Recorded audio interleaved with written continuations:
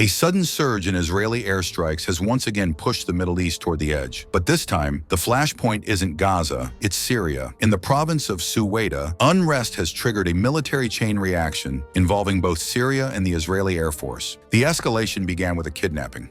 In early July, in the southern Syrian province of Suweida, a Druze merchant was abducted by an armed group linked to Bedouin tribal networks. In retaliation, members of the Druze community captured several Bedouins, accusing them of involvement. What followed was a rapid cycle of reprisals, a wave of tit-for-tat abductions, armed roadblocks, and localized shootouts between both sides. Entire neighborhoods became flashpoints. Druze fighters laid siege to Bedouin-majority villages, while Bedouin gunmen retaliated by targeting Druze-owned businesses and homes. With the situation deteriorating, the Syrian government, now led by Ahmed al-Sharaa, a former commander linked to al-Qaeda's Syrian branch during the civil war, deployed security forces to the area, claiming it was acting to restore order and prevent further bloodshed. But this deployment would not go unnoticed across the border. As fighting intensified in Suweida and Syrian troops advanced toward Druze-majority areas, Israel began mobilizing surveillance and air power along its northern border. The Israeli military interpreted the movement of Syrian armored units as a potential threat near the Golan Heights, a region under Israeli occupation since 1967, and still considered Syrian territory under international law.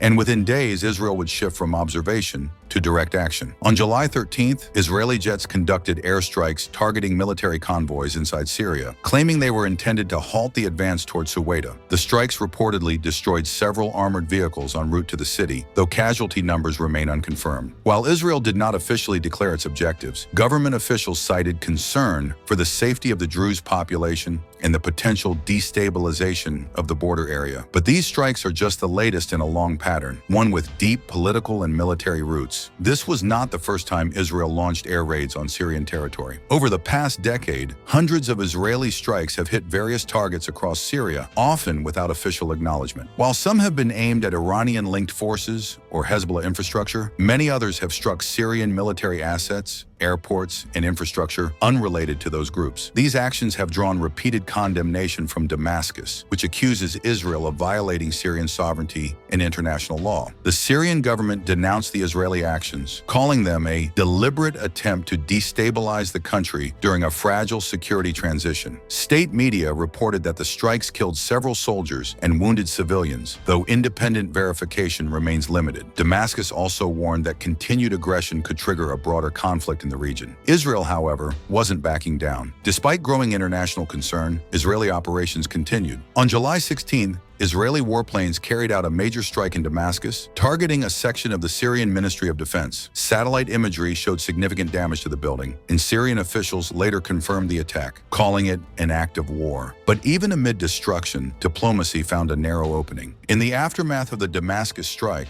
local Druze leaders in Suweida announced that a temporary ceasefire had been reached with representatives of the Syrian government. Details of the agreement remain unclear, but it was reportedly brokered under pressure following the escalation of Israeli military involvement. Behind the scenes, however, another battle was unfolding, not on the ground, but around the negotiation table. The escalation in southern Syria has complicated quiet diplomatic efforts that had been underway between Israel, the United States, and elements of Syria's transitional leadership. Since the collapse of the Assad regime in late 2024, Western governments have explored limited channels of communication with Damascus, aiming to contain extremist factions and prevent a full-state collapse. And the proposals on the table? Just months ago, they would have seemed unthinkable. According to regional analysts, back-channel discussions included proposals for border stabilization, humanitarian aid corridors, and even exploratory talks on possible recognition frameworks, ideas that would have been unthinkable just a year earlier. Some even began to suggest something far more ambitious. Some officials in Washington have floated the possibility of Syria joining a broader normalization process similar to the Abraham Accords, under which several Arab states established formal ties with Israel. However, given the deep mistrust, ongoing violence, and domestic instability inside Syria, such a scenario remains speculative and distant. And in the middle of all this, one region is again at the center of the storm. Once again, southern Syria has become a pressure point in a wider regional struggle. And for those caught in the middle, the uncertainty is far from over. So,